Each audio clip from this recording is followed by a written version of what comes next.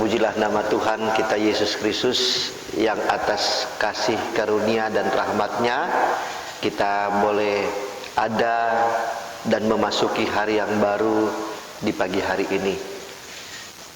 Mengawali segala rangkaian kegiatan aktivitas kita di pagi hari ini dan bahkan di sepanjang hari ini, mari kita akan pusatkan hati dan pikiran kita masing-masing untuk dapat memuji dan menyembah Tuhan serta mendengarkan firman Tuhan. Dan kita akan memulainya dengan kita berdoa.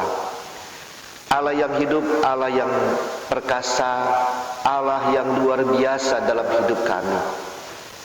Kami sungguh menyadari akan kasih dan anugerah Tuhan dalam hidup kami. Oleh karena itu ya Bapa, kami sungguh bersyukur untuk semua perbuatan-Mu yang ajaib dalam hidup kami. Kami mau mendengarkan, kami mau membaca, kami mau merenungkan firman-Mu. Berbicaralah kepada kami dalam bahasa yang mudah kami pahami, sehingga firman ini tidak akan lalu dengan sia-sia, tetapi akan tumbuh di dalam hidup kami dan berbuah juga di dalam hidup kami ini. Di dalam nama Tuhan Yesus Kristus kami sudah berdoa. Amin. Satu bagian firman Tuhan akan saya bacakan untuk kita semua di dalam kitab Kudus Perjanjian Baru, surat 1 Petrus pasal yang kedua ayat 18 sampai dengan ayat yang ke-25. Bapak Ibu yang rindu belajar firman Tuhan, Anda boleh mempersiapkan Alkitab Anda, kemudian Anda boleh membukanya bersama-sama dan kita akan membacakannya di dalam kitab Kudus Perjanjian Baru, surat kiriman Rasul Petrus yang pertama, atau 1 Petrus 2 maksud saya. 1 Petrus 2 ayat 18 sampai dengan ayat yang ke-25.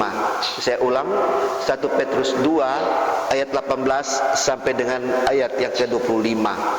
Demikian jauh bunyi firman Tuhan. Hai kamu hamba-hamba, tunduklah dengan penuh ketakutan kepada Tuanmu, bukan saja kepada yang baik dan peramah, tetapi juga kepada yang bengis. Sebab, perhatikan ayat berikutnya, ayat yang ke-19. Sebab adalah kasih karunia jika seorang karena sadar akan kehendak Allah menanggung penderitaan yang tidak harus ia tanggung. Sebab dapatkah disebut pujian jika kamu menderita pukulan karena kamu berbuat dosa? Tetapi jika kamu berbuat baik dan karena itu kamu harus menderita, maka itu adalah kasih karunia pada Allah. Sebab untuk itulah kamu dipanggil, karena Kristus pun telah menderita untuk kamu dan telah meninggalkan teladan bagimu supaya kamu mengikuti jejaknya. Ia tidak berbuat dosa dan tipu tidak ada dalam mulutnya. Ketika ia dicaci, ia tidak membalas dengan mencaci. Ketika ia menderita, ia tidak mengancam, tetapi ia menyerahkannya kepada Dia yang menghakimi dengan adil. Ayat yang ke-24, Ia sendiri telah memikul dosa kita di dalam tubuhnya di kayu salib, supaya kita yang telah mati terhadap dosa hidup untuk kebenaran. Oleh bilur-bilurnya kamu telah sembuh. Sebab dahulu kamu sesat seperti domba, tetapi sekarang kamu telah kembali kepada gembala dan pemelihara jiwamu. Sampai demikian jauh firman Tuhan. Dari ayat ini kita boleh melihat bahwa ternyata sebagai orang percaya kita semua dipanggil untuk menjadi orang benar. Nah, karena itu di pagi hari ini kita akan secara cepat merenungkan firman Tuhan, sebuah panggilan untuk hidup dalam kebenaran. Kalau kita melihat konteks surat 1 Petrus ini, Kita boleh melihat dalam pasal 1 ayat 1 bahwa surat Petrus ini ditulis oleh Rasul Petrus kepada orang-orang pendatang yang tersebar di beberapa kota. Bapak Ibu Saudara yang buka Alkitab boleh melihatnya di kota-kota mana saja itu, di daerah-daerah mana saja itu. Dan kita boleh lihat bahwa istilah pendatang ini menunjuk kepada orang-orang yang melarikan diri, orang-orang Kristen yang melarikan diri oleh karena penganiayaan yang pertama dialami oleh gereja Tuhan. Penganiayaan oleh karena apa? Oleh karena orang-orang, khususnya orang-orang Yahudi dan orang-orang Romawi mulai menyadari bahwa pengikut Kristus ini ternyata berbeda daripada agama Yahudi.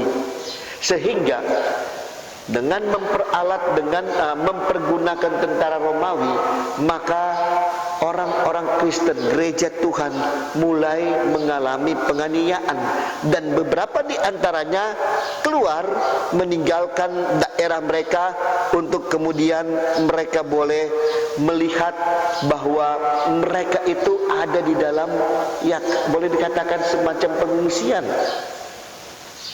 Sehingga kita boleh melihat bahwa dalam ayat-ayat ini Petrus menekankan identitas daripada jemaat Tuhan apapun kondisinya, baik dalam keadaan aman maupun dalam keadaan penderitaan, sebenarnya adalah imamat yang rajani, umat pilihan Allah, umat kepunyaan Allah sendiri, dengan satu tujuan agar hidupnya itu menyatakan perbuatan-perbuatan besar dan ajaib daripada Allah. Nah, karena itu mari kita coba akan melihat kebenaran ini.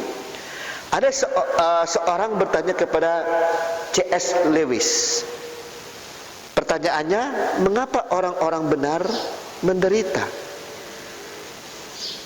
Dijawab oleh Lewis, kenapa tidak? Merekalah satu-satunya yang bisa menerimanya. Orang benar, dikatakan oleh Lewis, itu memang bisa menanggung penderitaan. Berbeda dengan orang yang tidak benar. Ketika mereka diperlakukan tidak adil, protes mereka, cari-cari kesalahan orang lain yang sama dengan mereka. Tetapi orang benar, mereka bersedia untuk menanggung penderitaan. Nah, ada dua hal penting pagi hari ini yang akan kita pelajari sebagai prinsip ketika kita diperlakukan tidak adil. Yang pertama, keputusan untuk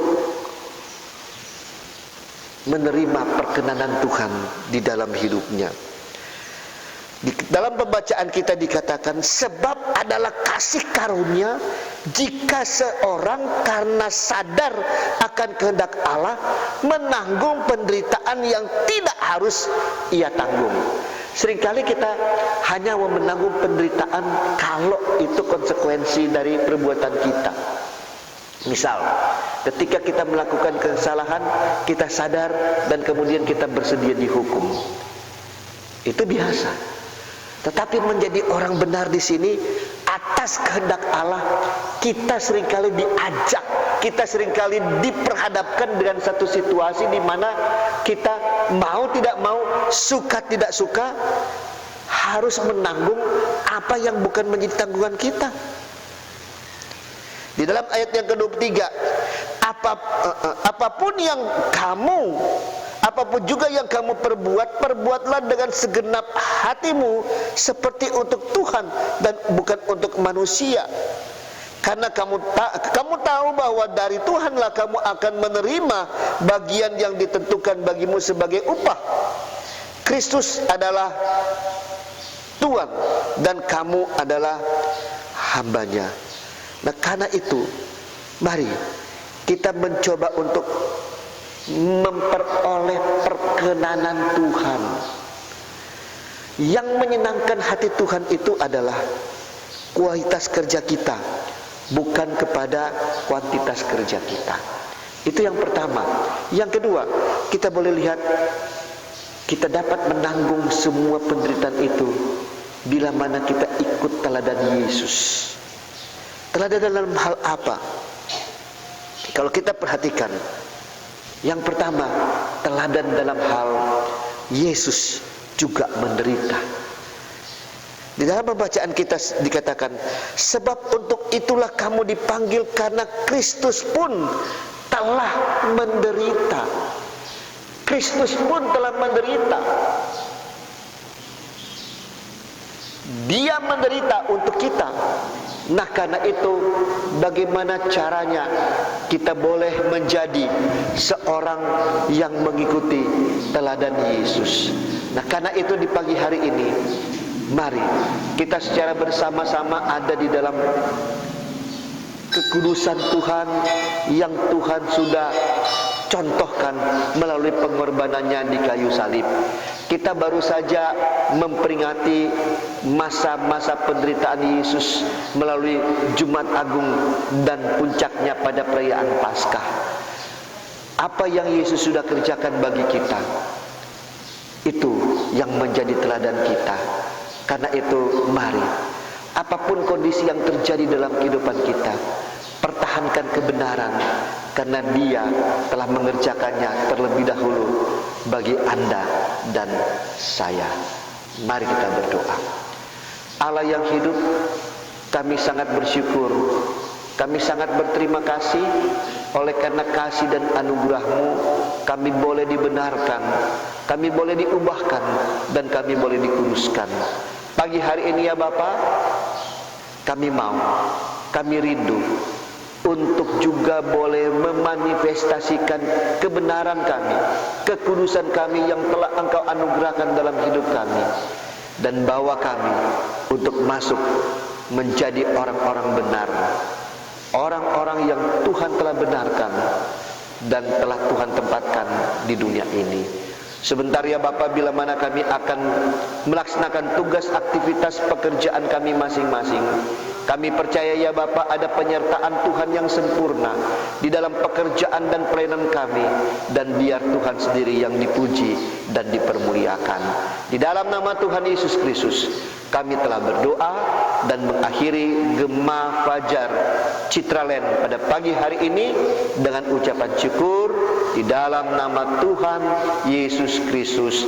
Haleluya, haleluya, amin, amin. Puji nama Tuhan.